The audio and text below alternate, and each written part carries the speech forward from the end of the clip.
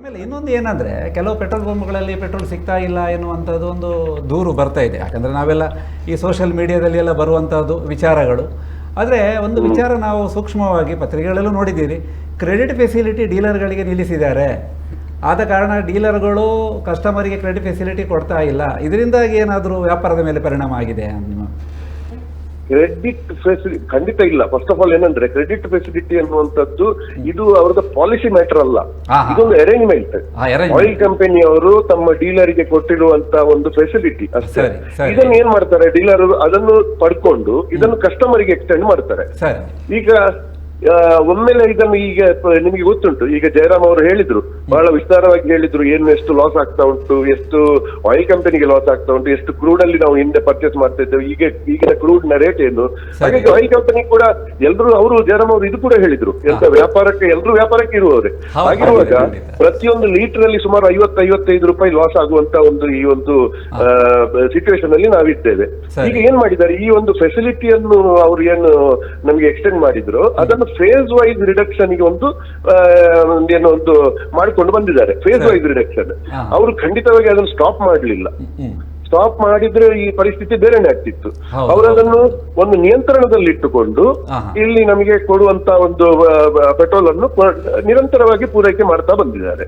ಹಾಗಾಗಿ ಅದು ಏನಾಗ್ತದೆ ಅಂದ್ರೆ ತುಂಬಾ ಫೈನಾನ್ಷಿಯಲ್ ಇಂಡಿಸಿಪ್ಲಿನ್ ಇದ್ದ ಡೀಲರ್ ಕೆಲವೊಮ್ಮೆ ಇದೊಂದು ವ್ಯವಸ್ಥೆಯಲ್ಲಿ ಅವರಿಗೆ ಅಲ್ಲಿ ಡ್ರೈ ಆಗುವ ಪರಿಸ್ಥಿತಿ ಬರ್ಬೋದು. ಆಗ ಏನಾಗ್ತದೆ ಅಂದ್ರೆ ಒಂದು ಪ್ಯಾನಿಕ್ ಸಿಚುವೇಶನ್ ಕ್ರಿಯೇಟ್ ಆಗಬಹುದು ಅನ್ನುವಂತ ಒಂದು ವಿಚಾರ ಕೂಡ ನಾವು ತಳ್ಳಿ ಹಾಕ್ಲಿಕ್ಕೆ ಆಗುದಿಲ್ಲ. ಆದ್ರೆ ಈ ಭಾಗದಲ್ಲಿ ಅಂತೂ ಹೆಚ್ಚಿನ ಪೆಟ್ರೋಲ್ ಪಂಪ್ಸ್, ಯಾವುದೇ ಪೆಟ್ರೋಲ್ ಪಂಪ್ ಡ್ರೈ ಆಗಿಲ್ಲ, ಮತ್ತೆ ಎಲ್ಲ ಕಡೆ ಪೂರೈಕೆ ಸರಿಯಾಗಿ ನಡೀತಾ ಇದೆ. ಅಂದ್ರೆ ಇದೆಲ್ಲ ಏನು ಇದೆ ಪ್ಯಾನಿಕ್ ಸಿಚುವೇಶನ್ ಏನಿದೆ ಅದು ತಾತ್ಕಾಲಿಕ, ಅದೇನು ಪರ್ಮನೆಂಟ್ ಅಲ್ಲ, ಒಂದು ತಾತ್ಕಾಲಿಕವಾದಂತ ಒಂದು ವಿಚಾರ ಅಂತ ಹೇಳ್ಬೋದು ಅಲ್ವಾ? ಹೌದು, ಅಂದ್ರೆ ಪ್ಯಾನಿಕ್ ಸಿಚುವೇಶನ್ ಇಲ್ಲ ಇಲ್ಲಿ. ನಾವು ಈಗ ಸದ್ಯ ನಮ್ಮ ಮಂಗಳೂರಿನ ಉಡುಪಿ ಈ ಭಾಗದಲ್ಲಿ ಇರಲಿ, ಇವನ್ ಕರ್ನಾಟಕದ ಬೆಂಗಳೂರಿನ ಎರಡು ಕಡೆ ಏನೋ ಒಂದು ಯಾವುದೋ ಒಂದು ಕಾರಣಕ್ಕೋಸ್ಕರ ಅಲ್ಲಿ ಪ್ಯಾನಿಕ್ ಸಿಚುವೇಶನ್ ಆಗಿದೆ. ಅದು ಕೂಡ ಹೇಗಂದ್ರೆ ಅದು ಯಾವುದೋ ಒಂದು ಡೀಲರ್ ಏನೋ ಡ್ರೈ ಆದ, ಆಗ ಒಂದು 4 ಜನ ಜಾಸ್ತಿ ಸೇರಿದ್ರು, ಹಾಗಾಗಿ ಆ ಒಂದು ಸಿಚುವೇಶನ್ ಕ್ರಿಯೇಟ್ ಆಯ್ತು. ಆದ್ರೆ ಅದನ್ನೆಲ್ಲ ನಿಯಂತ್ರಣದಲ್ಲಿದೆ ಇವಾಗ. ಈಗ ಮಾಧ್ಯಮದ ಮೂಲಕ ಗ್ರಾಹಕರಿಗೆ ಏನ್ ಸಲಹೆ ಹೇಳ್ತೀರಿ? ಈಗ ನಿಮ್ಗೆ ಸ್ವತಃ ಪೆಟ್ರೋಲ್ ಪಂಪ್ ಇದೆ, ಕೆವಿಶಣೆ ಪೆಟ್ರೋಲ್ ಪಂಪ್, ಜೊತೆಗೆ ನೀವು ಕಾರ್ಯದರ್ಶಿಯಾಗಿ ಕಾರ್ಯನಿರ್ವಹಿಸಿದ್ದೀರ. ಗ್ರಾಹಕರಿಗೆ ನೀವು ಏನು ಸಲಹೆಗಳನ್ನ ನಿಮ್ಮ ಮಾತಿನ ಮೂಲಕ, ಮಾಧ್ಯಮದ ಮೂಲಕ ಹೇಳ್ತೀರಿ? ಅವೇರ್ನೆಸ್ ಕ್ರಿಯೇಟ್ ಮಾಡಿದ್ದಾರೆ ಅಷ್ಟೇ ನಾನು ಹೇಳ್ತಾ ಇರೋದು. ಏನು ಇಲ್ಲಿ ಬೇಕಾದಷ್ಟು ಫ್ಯೂಯಲ್ ಇದೆ, ನಮಗೆ ಈಗ ಫ್ಯೂಯಲ್ ನ ಬರಗಾಲ ಬಂದಿಲ್ಲ. ನಮ್ಮ ಸರ್ಕಾರ ಅದು ಆ ನಿಟ್ಟಿನಲ್ಲಿ ಬಹಳಷ್ಟು ಕಾರ್ಯಚಟುವಟಿಕೆಗಳನ್ನು ಮಾಡ್ತಾ ಇದೆ. ರಷ್ಯಾದಿಂದ ಇರ್ಬೋದು, ಬೇರೆ ಕಂಟ್ರೀಸ್ ಇಂದ ಇರ್ಬೋದು, ನಾ ಈಗಾಗಲೇ ಹೇಳಿದೆ. ಹಾಗೆ ಪ್ಯಾನಿಕ್ ಆಗಬಾರ್ದು, ಬಲ್ಕ್ ಸೆಲ್ಲಿಂಗ್ ಆಗಬಾರ್ದು. ಅಂದ್ರೆ ಜನರು ಒಂದು ಪ್ಯಾನಿಕ್ ಆಗಿ ಬಲ್ಕ್ ಸೆಲ್ಲಿಂಗ್ ಮಾಡಿ ಶೇಖರಣೆ ಮಾಡಿಕೊಂಡು ಇಡುವಂತ ಪರಿಸ್ಥಿತಿಗೆ ಬರಬಾರ್ದು. ಬೇಡ. ಸರಿ ಸರ್, ಬಹಳ ಧನ್ಯವಾದಗಳು ವಿಶ್ವಾಸ್ ಅವರೇ, ಲೈನಲ್ಲಿ ಬಂದು ನಮ್ಮ ಜೊತೆ ಮಾತುಕತೆ ನಡೆಸಿದ್ದೀರಿ. ಧನ್ಯವಾದಗಳು. ನಿಮಗೂ ಧನ್ಯವಾದಗಳು ಸರ್. Thank you. ಬಹಳಷ್ಟು ವಿಚಾರಗಳನ್ನು ಸ್ಪಷ್ಟವಾಗಿ ಅವರು ಹೇಳಿದರು. ಜಯರಾಮ್ ಸರ್ ಅವರು ಆ ವಿಚಾರವನ್ನು ಹೇಳ್ತಾ ಇದ್ರು, ಇದ್ರ ಬಗ್ಗೆ, ಆಮದಿನ ಬಗ್ಗೆ. ಸರ್ ಅದನ್ನು ಮುಂದುವರಿಸಿ. ಈಗ ಸರ್ ಅವ್ರು ಹೇಳಿದ್ರು ಪ್ಯಾನಿಕ್ ಬೈಯಿಂಗ್ ಮಾಡಬಾರ್ದು ಅಂತ. ಜನ ಯಾಕೆ ಪ್ಯಾನಿಕ್ ಬೈಯಿಂಗ್ ಮಾಡ್ತಾರೆ? ಈಗ ಅವರ ಬಾಯಲ್ಲೇ ಬಂತು 50 ರೂಪಾಯಿ 1 ಲೀಟರ್ಗೆ ಹೆಚ್ಚು, ಇವತ್ತು ಆ ಲಾಸ್ ಇದೆ ಅಂತ 25 ರೂಪಾಯಿ ಇಲ್ಲಿ ಮೇಕಪ್ ಆಗ್ತಾ ವಿಂಡ್ ಫಾಲ್ ತೆರಿಗೆ ಮೇಲೆ. ಈಗ ಜನ ಯಾಕೆ ಪ್ಯಾನಿಕ್ ಬೈಯಿಂಗ್ ಮಾಡ್ತಾರೆ? ನಾಳೆ 1 ಲೀಟರ್ಗೆ ಅಷ್ಟು ದುಡ್ಡು ಕೊಡ್ಬೇಕಲ್ಲ ಅಂತ ಹೇಳಿ ನಮ್ಮ ಸ್ಟ್ರಾಟಜಿಕ್, ಅವರು ಹೇಳಿದಾಗೆ ಅವರ ಮಾತು ಬಹಳ ಸ್ಪಷ್ಟ ಇದೆ. ಸ್ಟ್ರಾಟಜಿಕ್ ವ್ಯೂಹಾತ್ಮಕವಾದ ದಾಸ್ತಾನು ಪಾದೂರಿನಲ್ಲಿದೆ, ಮಂಗಳೂರಲ್ಲಿದೆ, ವೈಜಾಗ್ನಲ್ಲಿದೆ. ವ್ಯೂಹಾತ್ಮಕ ದಾಸ್ತಾನು. ಈಗ ವ್ಯೂಹಾತ್ಮಕ ದಾಸ್ತಾನು ಎಲ್ಲವನ್ನು ನೀವು ಮಾರುಕಟ್ಟೆಗೆ ಬೇಕಂತಿಲ್ಲ. ನಾಳೆ ಯುದ್ಧ ಆದ್ರೆ ಯುದ್ಧ ಟ್ಯಾಂಕರ್ಗಳಿಗೆ ಬೇಕು, ನೌಕೆಗಳಿಗೆ ಬೇಕು. ಇದೆಲ್ಲ ಬೇರೆ ಬೇರೆ ಕಾರಣಗಳಿವೆ. ನಾವು ಎಣಿಸಿದಷ್ಟು ಪರಿಸರ ಅಥವಾ ಪರಿಸ್ಥಿತಿ ಸರಳವಾಗಿ ಇಲ್ಲ.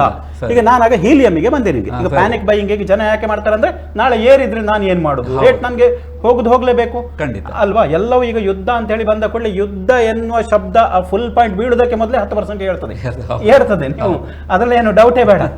ಹಾಗೆ ಈಗ ನೋಡಿ, ನಾನು ಹೀಲಿಯಂ ಆಗ ಮಾತಾಡ್ತಾ ಇದ್ದೆ. ಇವತ್ತು ಇದು ನಿನ್ನೆ ಸ್ಟ್ಯಾಟಿಸ್ಟಿಕ್ಸ್ ನಾನು ತಗೊಂಡದ್ದು. ನಮ್ಮೆಲ್ಲರ ಗಮನ ತೈಲದ ಮೇಲೆ ಇದ್ದದ್ರಿಂದ ಈ ಜಲಸಂಧಿಯಲ್ಲಿ ಸಿಕ್ಕಿ ಹಾಕಿಕೊಂಡಿರುವಂತಹ ಈ ಹೀಲಿಯಂ ಸರಕು ಸಾಗಾಟದ ಹಡಗುಗಳ ಬಗ್ಗೆ ಹೆಚ್ಚು ಚರ್ಚೆ ಆಗ್ತಿಲ್ಲ. ಈ ಜಾಗತಿಕ ಆರ್ಥಿಕತೆಯನ್ನು ಅತ್ಯಂತ ಅಪಾಯಕಾರಿ ರೀತಿಯಲ್ಲಿ ಕಾಡಬಹುದಂತ ಅನೇಕ ಸರಕುಗಳು ಈ ಜಲಸಂಧಿಯಲ್ಲಿ ಸಿಕ್ಕಿಬಿದ್ದಿದೆ. ತೈಲ ಮಾತ್ರ ಅಲ್ಲ. ಈಗ ಕೊಲ್ಲಿಯಲ್ಲಿ ಸುಮಾರು 200 ಕಂಟೈನರ್ಗಳಷ್ಟು ದ್ರವೀಕೃತ ಹೀಲಿಯಂ ಈ ಜಲಸಂಧಿಯ ಮೂಲಕ ಸಾಗಿ ಹೋಗಲು ಇರಾನಿನ ಅನುಮತಿಯನ್ನು ಕಾಯ್ತಾ ಇದೆ. ನೋಡಿ, ಈ ಕಂಟೈನರ್ ಉಂಟಲ್ಲ, ನೀವು ಕ್ರಯೋಜೆನಿಕ್ ಇಂಜಿನ್ ಅಂತ ರಾಕೆಟ್ ನಲ್ಲಿ ಕಳಿಸುವಾಗ ನೀವು ಕೇಳಿರ್ಬೋದು, ಅದರ ತಾಪಮಾನ ಅಷ್ಟು ಕಡಿಮೆ ಇರಬೇಕು. ಈಗ ಅಂದರೆ ಅದು ಇಂಧನದ್ದು. ಈ ಕ್ರಯೋಜೆನಿಕ್ ಟ್ಯಾಂಕರ್ಗಳನ್ನು ಮಾಡೋದಂದ್ರೆ $1 ಮಿಲಿಯನ್ ಖರ್ಚು ಬರ್ತದೆ. ಅಷ್ಟು ಇನ್ವೆಸ್ಟ್ ಮಾಡಿದವ ಅಲ್ಲಿ 10 ದಿವಸಗಳಿಂದ ನಿಂತರೆ ಅದರ ಶೆಲ್ಫ್ ಲೈಫ್ ಎಷ್ಟು? 40 ರಿಂದ 45 ದಿವಸದೊಳಗೆ ಅದು ಅಲ್ಲಿಂದ ಎಲ್ಲಿಗೆ ತಲುಪದೇ ಇದ್ರೆ ಹೀಲಿಯಂ ವಾತಾವರಣಕ್ಕೆ ಬಿಡುಗಡೆ ಆಗ್ತದೆ. ನಿಮ್ಗೆ ವಾಪಸ್ ತರಲಿಕ್ಕೆ ಆಗುದಿಲ್ಲ ಅದನ್ನು. ಹೀಲಿಯಂ ಜಲಜನಕದ ನಂತರದ ಏನು ನಮ್ಮ ಕ್ಲಾರ್ಕ್ ಸ್ಟೇಬಲ್ ಅಲ್ವಾ, ಅದರಲ್ಲಿ ಇರುವಂತಹ ಈ ವಸ್ತುವನ್ನು ನಿಮ್ಗೆ ವಾಪಸ್ ತರಲಿಕ್ಕೆ ಆಗುದಿಲ್ಲ. ಗಾಳಿಗೆ ಹೋದ ಮೇಲೆ ಮತ್ತೆ ಹೀಲಿಯಂ ಗಾಳಿಯಲ್ಲಿ ಸಿಗ್ತಾ ಇಲ್ಲ. ಈ ಏನು ನೆಲದಡಿಯಲ್ಲಿ ಏನು ಗ್ಯಾಸ್ ತೆಗಿತಿದ್ದಾರೆ ಅದರೊಟ್ಟಿಗೆ ಇರುವಂತ ಒಂದು ಉಪ ಉತ್ಪನ್ನ ಇಲ್ಲಿ ನಾವು. ಹಾಗಾಗಿ ನೋಡಿ, ಕೊಲ್ಲಿಯಲ್ಲಿ ಅಷ್ಟು ಇದಿದ್ವು. ಈ ಕಂಟೈನರ್ಗಳ ತಾಪಮಾನ ಏರಿದ್ರೆ ಏನಾಗ್ತದೆ? ಯೂಸ್ ಇಲ್ಲ. ಹೀಲಿಯಂ ನಿಮ್ಗೆ ಎಲ್ಲಿ ಮಂಗಳೂರಿಗೆ ಬರಬೇಕೋ ಅಥವಾ ಇನ್ನೆಲ್ಲಿಗೂ ತಲುಪಬೇಕಾದ್ದು ರೇಡಿಯೋ ಆಕ್ಟಿವ್ ನಲ್ಲಿ ದೇಹದ ವಿಕಿರಣವನ್ನು ನೋಡೋದ್ರಲ್ಲಿ ಅಥವಾ ದೇಹದ ರೋಗ ಪತ್ತೆ ಮಾಡುವಲ್ಲಿ ಅವುಗಳು ಬಹಳ, ಈ ಲೋಹ ಬೆಳವಣಿಗೆ ಬಹಳ ಇನ್ನೂ ಮುಖ್ಯ. ಮಹಾವೀರ ಜಯಂತಿ ಎಂದು ಸನಾದ್ನಲ್ಲಿ ಪ್ರಧಾನಿ ಮೋದಿಯವರು ದೇಶದ 2ನೇ ಬೃಹತ್ ಸೆಮಿಕಂಡಕ್ಟರ್ ಘಟಕವನ್ನು ಉದ್ಘಾಟಿಸಿದ್ದಾರೆ. 50% ಅದರದ್ದು ನಮಗೆ ಬೇಡಿಕೆ ಆದೇಶ ಇದೆ ಅಂತ ಆ ಕಂಪನಿ ಹೇಳಿದೆ. ಈಗ ಸೆಮಿಕಂಡಕ್ಟರ್ ತಯಾರಿ ಆಗ್ಬೇಕಾದ್ರೆ ಹೀಲಿಯಂ ಬೇಕಲ್ಲ, ಹೀಲಿಯಂ ಬೇಕೇ ಬೇಕು, ಯಾಕಂದ್ರೆ ಅದು ಕೂಲಿಂಗ್ ಇದಕ್ಕೆ. ಆದ್ರೆ ಅದೇ ಇಲ್ಲದಿದ್ರೆ ನಮ್ಮ ರಫ್ತು ಬೀಳ್ತದೆ. ಯಾವುದೇ ದೇಶದ ಆರ್ಥಿಕ ಸ್ಥಿತಿ ಹೇಗೆ ಹೋಗುದು, ನಮ್ಮ ನಿರ್ಯಾತ ರಫ್ತು ಹೆಚ್ಚಾಗಬೇಕು, ಆಗ ಬ್ಯಾಲೆನ್ಸ್ ಆಫ್ ಪೇಮೆಂಟ್ ಕಡಿಮೆ ಆಗ್ತದೆ. ಇಲ್ಲದ್ರೆ ನಮ್ಮದು ನಾವು ಬೇರೆಯವರಿಗೆ ಕೊಡ್ಬೇಕಂತ ದೇಶ ಸಾಲ ಅಂತ ಹೇಳ್ತಾರಲ್ಲ, ಅದು ಉಳಿತದೆ. ವಿದೇಶದಿಂದ ಬಂದ್ರೆ ತಾನೆ ನಮ್ಗೆ ಅದು ಕೊಡ್ಲಿಕ್ಕೆ ಸಾಧ್ಯ ಆಗುದು. ಈಗ ಈ ಯುದ್ಧದಲ್ಲಿ ಏನಾಯ್ತು? ಡಾಲರ್ ಗಟ್ಟಿ ಆಯ್ತು. ಎಲ್ಲರೂ ಹೇಳಿದ್ದೇನು, ಡಾಲರ್ ಬೀಳ್ತದೆ, ಡಾಲರ್ ಗಟ್ಟಿ ಮಾಡ್ಲಿಕ್ಕೆ ಮಾಡಿದ್ದಾರೆ ಅಂತ. ಯುದ್ಧದಿಂದ ಡಾಲರ್ ಗಟ್ಟಿ ಆಯ್ತು. ಅಮೆರಿಕಕ್ಕೆ ಏನು ತೊಂದರೆ? ಇನ್ನೊಂದು ಹೈಪೋಥಿಸಿಸ್ ಇದೆ ಸರ್. ಡಾಲರ್ ಒಂದು ವೇಳೆ $1 ನಮ್ಗೆ 15 ರೂಪಾಯಿಗೆ ಸಿಕ್ಕಿದ್ರೆ, ಇದು ಒಬ್ಬ ಅರ್ಥಶಾಸ್ತ್ರದಲ್ಲಿ ಹೇಳಿದ್ದು, ಅಮೆರಿಕ ಅರ್ಧ ದಿವಾಳಿ ಆಗ್ತದೆ, ಅಮೆರಿಕದ ಶ್ರೀಮಂತರು ದಿವಾಳಿ ಆಗ್ತಾರೆ. ಯಾಕಂದ್ರೆ ಆಗ ಎಷ್ಟಾಯ್ತು ಹಣದುಬ್ಬರ ಅಲ್ಲಿ. ಈ ಪ್ರಶ್ನೆಯೂ ಇದೆ. ಹಾಗೆ ಆಮೇಲೆ ಈ ಹೀಲಿಯಂ ಯಾವಾಗ ಸಿಗ್ತದೆ ಅಂದ್ರೆ, ನೈಸರ್ಗಿಕ ಅನಿಲವನ್ನು ಸಂಸ್ಕರಿಸುವಾಗ LNG ಆಗಿಸುವಾಗ ಒಂದು ದೊರೆಯುವಂತ ಉಪ ಉತ್ಪನ್ನ ಹೀಲಿಯಂ. ಇದರಲ್ಲಿ ಕತಾರ್ನ ಪ್ರಮಾಣ ಸುಮಾರು ವಿಶ್ವದ ಹೀಲಿಯಂ ಉತ್ಪಾದನೆಯ 1/3 ನೋಡಿ. ಅದೇ ನಮಗೆ ಬ್ಲಾಕ್ ಆಗಿದೆ, ಮೇಜರ್ ಬ್ಲಾಕ್ ಆಗಿರೋದು ಅದು. ಮಾರ್ಚ್ 2ರಂದು ರಾಸ್ ಲಾಫನ್ ಶುದ್ಧೀಕರಣದ ಮೇಲೆ ಇರಾನ್ ದಾಳಿ ಮಾಡ್ತದೆ. ಈ ದಾಳಿ ಮಾಡಿದಾಗ ಅಲ್ಲಿ ಹೀಲಿಯಂ ಉತ್ಪಾದನೆ ಇವರಿಗೆ ಮಾಡ್ಲಿಕ್ಕೆ ಆಗ್ತಿಲ್ಲ, ಯಾಕಂದ್ರೆ ಆ ಸ್ಥಾವರ ಸ್ಟಾಪ್ ಆಗಿದೆ. ಇದು ಭಾರತದಲ್ಲಿ ಮಾತ್ರ ಅಲ್ಲ, ಈಗ ಜಾಗತಿಕ ಮಟ್ಟದಲ್ಲಿ ಹೀಲಿಯಂ ಕೊರತೆಗೆ ಕಾರಣ. ಆಗ ನಮ್ಮ AI, ನಮ್ಮ ಸಾಫ್ಟ್ವೇರ್ ಇಂಜಿನಿಯರ್ಗಳು, ಮುಂದೆ ಅದಕ್ಕೆ ಬೇಕಾದ ಏನು ಕಂಡಕ್ಟರ್ಗಳು, ಚಿಪ್ಗಳು, ಬಾಹ್ಯಾಕಾಶಕ್ಕೆ ಕಳಿಸಬೇಕಂತ ರಾಕೆಟ್ಗಳು, ವಿಮಾನದ ಬಳಕೆ, ವಾಯುಯಾನದಲ್ಲಿ ಬಳಕೆ, ಎಲ್ಲದರ ಮೇಲೆ ಹೊಡೆತ ಬೀಳ್ತದೆ. ಸೊ ಇದರ ಹೊಡೆತ ನಿಮ್ಗೆ ಬಹಳ ಮುಂದೆ ಹೋಗ್ತದೆ. ಈಗ ನಮ್ಗೇನು ಜನಸಾಮಾನ್ಯ ಬಳಸುವ ತೈಲದ ಮೇಲೆ ಬಿದ್ದದ್ರಿಂದ ಜನಸಾಮಾನ್ಯರಿಗೆ ಇಫೆಕ್ಟ್ ಉಂಟು. ನಾಳೆ ಅದು ವಿಮಾನಕ್ಕೆ ಬಂದ ಕೂಡಲೇ ಹೌದು. ಈಗ ನೋಡಿ, ಇವತ್ತಿನ ವಿಮಾನದ ಇಂಧನದ ಬಗ್ಗೆ ಮಾತಾಡ್ಕೊಂಡು ಹೋದ್ರೆ ಸತೀಶ್ ಅವರೇ, ಜನವರಿಯಲ್ಲಿ $102 ಇತ್ತಂತೆ. ಇವತ್ತು ನಾವು ನೋಡಬೇಕಾದ್ರೆ 207. ಹಾಗೆ ನಿಮ್ಗೆ ಗೊತ್ತಿದೆ, ನೀವು ಸುಮಾರು 67 ವರ್ಷಗಳಿಂದ ಈ ಕ್ಷೇತ್ರದಲ್ಲಿ ಇದ್ದವರು, ನಿಮ್ಮ ತಂದೆಯವರು ಸೇರಿದಂತೆ. 1970ರಲ್ಲಿ ಕ್ರೂಡಿಗೆ ಒಂದು ಬ್ಯಾರಲ್ $2 ಇತ್ತಂತೆ. ಅದೇ ನೀವು 2008ರಲ್ಲಿ $147 ಆಗಿತ್ತು. ಇದು ನೆನಪಿಸ್ಕೊಡ್ಬೇಕು. ಈಗ ಎಷ್ಟು 108ರಲ್ಲಿ ಇದೆ, 108ರಲ್ಲಿ. ಈಗ ಇಂಥ ಸಂದಿಗ್ಧ ಪರಿಸ್ಥಿತಿ ಬಂದಾಗ ಸತೀಶ್ ಅವರೇ, ಈ ಹಿಂದೆ ಯಾವ ರೀತಿ ಸ್ಪಂದಿಸ್ತಾ ಇತ್ತು ಅಂತ? ಅವಾಗಿದ್ದ ಪರಿಸ್ಥಿತಿ ಇವತ್ತಿಗೂ ತುಂಬ ವ್ಯತ್ಯಾಸ ಉಂಟು. ಯಾಕಂದರೆ ಇವತ್ತು ನಮ್ಮ ಆರ್ಥಿಕ ಪರಿಸ್ಥಿತಿ, ಫಾರಿನ್ ಕರೆನ್ಸಿ ನಮ್ಮ ಹತ್ರ ಉಂಟು, ಫಾರಿನ್ ಎಕ್ಸ್ಚೇಂಜ್ ನಮ್ಮ ಹತ್ರ ಉಂಟು. ಆದ ಕಾರಣ ಎಷ್ಟೋ ನಾವು ದೇಶದಿಂದ ನಾವು ಖರೀದಿ ಮಾಡ್ತಾ ಇದ್ವಿ ಮೊದಲು. ಇವತ್ತು ಅದಲ್ಲದೆ ಜಾಸ್ತಿ ಬೇರೆ ದೇಶದಿಂದ ನಾವು ಖರೀದಿ ಮಾಡಲಿಕ್ಕೆ ನೋಡ್ತಾ ಇದ್ದೀವಿ. ಒಂದು.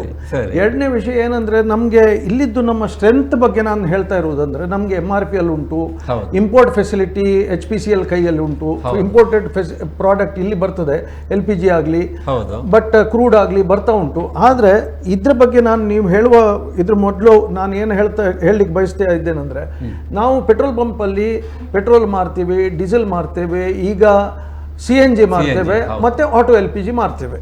ಈಗ ಇಲ್ಲಿ ಮಂಗಳೂರನ್ನ ದಕ್ಷಿಣ ಕನ್ನಡದ ಬಗ್ಗೆ ಮಾತಾಡೋದಾದ್ರೆ, ಯಾವ ಪ್ರಾಡಕ್ಟಿಗೂ ಯಾವುದೇ ಏನು ಶಾರ್ಟೇಜ್ ಇಲ್ಲ, ಯಾವ ಅಂತ ನಾನು ಹೇಳಲಿಕ್ಕೆ ಭಾವಿಸ್ತಾ ಇದ್ದೇನೆ. ಯಾಕಂದ್ರೆ ಸ್ವಲ್ಪ ಆಟೋ LPG ಸಮಸ್ಯೆ ಇರಬಹುದು, ಆದರೂ ಸಹ ಕಂಪನಿಯವರು ಸ್ಪಂದಿಸಿ ಬೇಕಾದಷ್ಟು ಕೊಡದೆ, ಯಾವುದೂ ಪೆಟ್ರೋಲ್ ಪಂಪ್ ಡ್ರೈ ಆಗದ ಹಾಗೆ, ಏನು ಡ್ರೈ ಆದರೂ 1-2 ಗಂಟೆ ಡ್ರೈ ಆಗಿ ಹಾಗೆ ಉಳಿಯುವ ಪರಿಸ್ಥಿತಿಯಲ್ಲಿ ಅವರು ಚಂದವಾಗಿ ಮ್ಯಾನೇಜ್ ಮಾಡ್ತಾ ಇದ್ದಾರೆ. ಬೇಕಾದಷ್ಟು ನಮಗೆ ಪರ್ಚೇಸ್ ಮಾಡಲಿಕ್ಕೆ ಬಿಡ್ತಾ ಇಲ್ಲ, ನಾವು ಹೋಲ್ಡ್ ಮಾಡಿ ನಮ್ಮ ಟ್ಯಾಂಕಿಯಲ್ಲಿ ಇಡ್ಲಿಕ್ಕೂ ಬಿಡ್ತಾ ಇಲ್ಲ ಕಂಪನಿಯವರು. ಸಹಜ ಅಂದ್ರೆ ಅವರಿಗೆ ಜಾಸ್ತಿ ಸೇಲ್ ಮಾಡಿದಷ್ಟು ಜಾಸ್ತಿ ಈಗ ಲಾಸ್ ಆಗ್ತಾ ಇದೆ. ಈಗ ಅವ್ರ ವಿಶ್ವಾಸನೆ ಹೇಳಿದ ಹಾಗೆ ಈಗ 10-30 ರೂಪಾಯಿ ಶಾರ್ಟೇಜ್ ಇವತ್ತು ಎಕ್ಸೈಸ್ ಡ್ಯೂಟಿ ಕಟ್ ಮಾಡಿದ್ರೂ ಕಂಪನಿಯವರಿಗೆ ಲಾಸ್ ಆಗ್ತಾ ಇದೆ. ಆದರೂ ಹಳೆ ವರ್ಷದಲ್ಲಿ ನಾವು ಎಷ್ಟು ಮಾರಿದ್ದೇವೆ ಅಷ್ಟೇ ನಮಗೆ ಇವತ್ತಿಗೂ ಪ್ರಾಡಕ್ಟ್ ಕಂಪನಿಯವರು ಎಲ್ಲ ಕಂಪನಿಯವರಿಗೂ ಕೊಡ್ತಾ ಇದ್ದಾರೆ. ಆದರೂ ನಮ್ಮ ಪ್ರೈಸ್ ನಾವು ಇನ್ಕ್ರೀಸ್ ಮಾಡದೆ ಈ ಪರಿಸ್ಥಿತಿ ಒಳ್ಳೆ ಕಂಪನಿದ್ದು ಪರಿಸ್ಥಿತಿ ಒಳ್ಳೆ ಇದ್ದ ಕಾರಣ ಅವರು ಆ ಪೆಟ್ಟನ್ನು ತಗೊಂಡು ರಿಟೇಲ್ ಪಬ್ಲಿಕ್ಕಿಗೆ ಏನಾದರೂ ಎಫೆಕ್ಟ್ ಬರೋದು ಹಾಗೆ ನೋಡ್ತಾ ಇದ್ದೇವೆ. ಯಾಕಂದ್ರೆ ಪ್ರೈವೇಟ್ ಮಾರ್ಕೆಟರ್ಸ್ ಶೆಲ್ ಆಗಲಿ ಟೋಟಲ್ ಆಗಲಿ ಅವರಿಗೆ ಈ ಸಪೋರ್ಟ್ ಗೌರ್ಮೆಂಟ್ ಇದ್ದು ಸಿಗ್ತಾ ಇಲ್ಲ. ಆದ ಕಾರಣ ಅವರು ನೀವು ನೋಡಿ ಇರ್ಬೋದು ಇನ್ನು ಲಾಸ್ಟ್ 2-3 ದಿವಸದಲ್ಲಿ 20-25 ರೂಪಾಯಿ ಜಾಸ್ತಿ ಮಾಡಿದ್ದಾರೆ. ಈಗ for example LPG auto LPG ನಾವು 92 ರೂಪಾಯಿಗೆ ಮಾರ್ತಾ ಇದ್ದೇವೆ. ಆದರೆ ಪ್ರೈವೇಟ್ ಆಪರೇಟರ್ಸಿಗೆ ಅವರಿಗೆ ಏನಾಗಿದೆ ಅಂದ್ರೆ ಅವರಿಗೆ 105 ರೂಪಾಯಿಗೆ ಮಾರಬೇಕು ಅಂತ ಹೇಳಿದ್ದಾರೆ.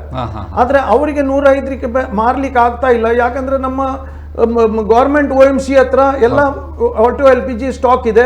ಅದೇ ತರ CNG CNG ಈಗ ದಕ್ಷಿಣ ಕನ್ನಡದಕ್ಕೆ ಗೇಲ್ ಅವರು ಡಿಸ್ಟ್ರಿಬ್ಯೂಟ್ ಮಾಡ್ತಾ ಇದ್ದಾರೆ, ಉಡುಪಿಯಲ್ಲಿ ಅದಾನಿ ಅವರು ಡಿಸ್ಟ್ರಿಬ್ಯೂಟ್ ಮಾಡ್ತಾರೆ. ಆ ಪೈಪ್ಲೈನ್ ಪ್ರಕಾರ ಅವ್ರದ್ದೆಲ್ಲ ಸಪ್ಲೈ ಬರ್ತಾ ಇದೆ. ಸೊ ಅದೇ ಪುನಃ ವಿಶ್ವಾಸನೆ ಹೇಳಿದಾಗೆ ನಮ್ಮ ಯಾವುದು ಪ್ಯಾನಿಕ್ ಬೈಯಿಂಗ್ ಇದ್ದು ಅಗತ್ಯ ಇವತ್ತಿನವರೆಗೂ ಇಲ್ಲ.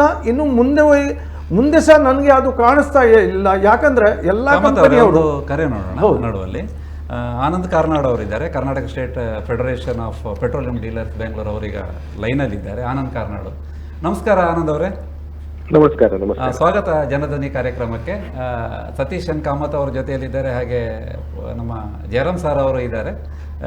ಲೈನಲ್ಲಿ ಬಂದಿದ್ದೀರಿ. ಒಂದೆರಡು ಪ್ರಶ್ನೆಗಳನ್ನು ನಾನು ನಿಮ್ಮಲ್ಲಿ ಕೇಳ್ತೇನೆ ನಾನು. ಅಂದರೆ ಈಗ ನಾವು ವಿಶ್ವೇಶ್ವರಯ್ಯನವರು ಈಗಾಗಲೇ ಹೇಳಿದರು ಏನು ಸಮಸ್ಯೆ ಇಲ್ಲ, ಆಲ್ ಇಂಡಿಯಾ ಮಟ್ಟದಲ್ಲಿ ಕೆಲವು ಮಾತುಕತೆಗಳು ಮೀಟಿಂಗ್ಗಳು ಆಗಿದೆ ಅಂತ. ಹಾಗೆ ಸತೀಶ್ ಕಾಮತ್ ಅವರು ಹೇಳಿದರು. ಆದರೆ ಈ ಕರ್ನಾಟಕದ ವಿಚಾರಕ್ಕೆ ಬಂದಾಗ ನೀವು ಕಾರ್ಯದರ್ಶಿಗಳು ಕರ್ನಾಟಕ ಸ್ಟೇಟ್ ಫೆಡರೇಷನ್ ಇದು, ಕೆಲವು ಕಡೆಗಳಲ್ಲಿ ನಾವು ನೋಡ್ತೇವೆ ಪೆಟ್ರೋಲ್ ಪಂಪ್ಗಳಲ್ಲಿ ಒಂದಷ್ಟು ಕ್ಯೂ ನಿಂತಾಗೆ ಬರುವಂಥ ಫೋಟೋಗಳು, ಆಮೇಲೆ ಕೆಲವು ಕಡೆ ಬಂದಾಗಿದೆ ಅಂತ. ಅದು ನಿಜವಾದ ಕರ್ನಾಟಕದಲ್ಲಿ ಅಂತ ಸಮಸ್ಯೆ ಇದೆ ಅಂತ ಅವ್ರು ಹೇಳಿದ್ದು ಸರಿಯಾಗಿದೆ. ನಮಗೆ ತೈಲದ ಕೊರತೆ ಇಲ್ಲ. ಆದ್ರೆ ಈಗ ಏನಾಗಿದೆ ಅಂತ ಹೇಳಿದ್ರೆ, ಇದು ವಾರ್ ಡಿಕ್ಲೇರ್ ಆದ್ಮೇಲೆ ನಮ್ಗೆ ಡೀಲರ್ಗಳಿಗೆ ಅಡ್ವಾನ್ಸ್ ಪೇಮೆಂಟ್ ಮೋಡಿಗೆ ಹಾಕಿದ್ದಾರೆ. ಸರಿ, ಅಡ್ವಾನ್ಸ್ ಪೇಮೆಂಟ್ ಮೋಡಿಗೆ ಹಾಕಿದ್ಮೇಲೆ ಏನಾಗ್ತದೆ, 9-10 ಗಂಟೆಗೆ ಬ್ಯಾಂಕ್ ಓಪನ್ ಆಗ್ತದೆ. ಅದಾದ್ಮೇಲೆ ಕ್ಯಾಶ್ ರಿಮಿಟೆನ್ಸ್ ಮಾಡಬೇಕು, ಮತ್ತೆ RTGS ಮಾಡಬೇಕು. ಇದೆಲ್ಲ ಆಗಿ RTGS ಮುಗಿದಾಗ 12 ಗಂಟೆ ಆಗ್ತದೆ. ಈ ಆಪರೇಷನಲ್ ಅವರ್ಸ್ ಏನಿದೆ ಇನಿಷಿಯಲ್ ಬೆಳಿಗ್ಗೆ ಅದು ವೇಸ್ಟ್ ಆಗ್ತದೆ. ಹಾಗಾಗಿ ಟ್ಯಾಂಕರ್ಗಳು ತುಂಬಿ ಹೊರಗೆ ಬರಬೇಕಾದ್ರೆ ಡಿಲೇ ಆಗ್ತದೆ. ಹೌದು. ಮತ್ತೆ ಡೆಪೋಗಳು 5 ಗಂಟೆ ತನಕ ಮಾತ್ರ ಕೆಲಸ ಮಾಡ್ತವೆ. ಹಾಗಾಗಿ ಆ ಇಂಡೆಂಟ್ಗಳು ಮರು ದಿವಸಕ್ಕೆ ಕ್ಯಾರಿ ಫಾರ್ವರ್ಡ್ ಆಗ್ತದೆ. ಈ ಗ್ಯಾಪ್ ನಲ್ಲಿ ಕೆಲವು ಔಟ್ಲೆಟ್ಸ್ ಗಳು ಡ್ರೈ ಆಗುವ ಚಾನ್ಸಸ್ ಇದೆ. ಈ ಕಾರಣದಿಂದ ಸ್ವಲ್ಪ ಡಿಲೇ ಆಗುವ ಕಾರಣ ಆಗುವಂತದ್ದು. ಹೌದು. ಬ್ಯಾಂಕ್ ರಜಾ ದಿನಗಳು ಬರ್ತದೆ, ವೀಕೆಂಡ್ ಬರ್ತದೆ. ಸರಿ. ಆಗ ಡೀಲರ್ ಗಳಿಗೆ 2-3 ದಿವಸದ್ದು ಅಡ್ವಾನ್ಸ್ ಪೇಮೆಂಟ್ ಹಾಕಿ ಸ್ವಲ್ಪ ಕಷ್ಟ ಆಗ್ತದೆ.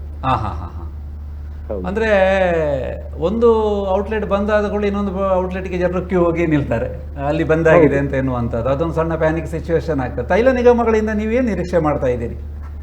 ನಮ್ಗೆ ಅವರಿಂದ 2 ನಿರೀಕ್ಷೆ. ಒಂದು, ಅವರು ಯಥಾಶಕ್ತಿ ಇದು ಮೊದಲೇ ಹೇಗೆ ನಮ್ಗೆ ಡೆಲಿವರಿ ಕೊಡ್ತಾ ಇದ್ರು ಯಥಾಸ್ಥಿತಿಯಲ್ಲಿ ಬೆಳಿಗ್ಗೆ ನಮ್ಮ ಲಾರಿ ಲೋಡ್ ಆಗಿ ಅದೇ ದಿವಸದ ಸಂಜೆ ಒಳಗೆ ಪೇಮೆಂಟ್ ಮಾಡುವ ಸಿಸ್ಟಮ್ ಇತ್ತು.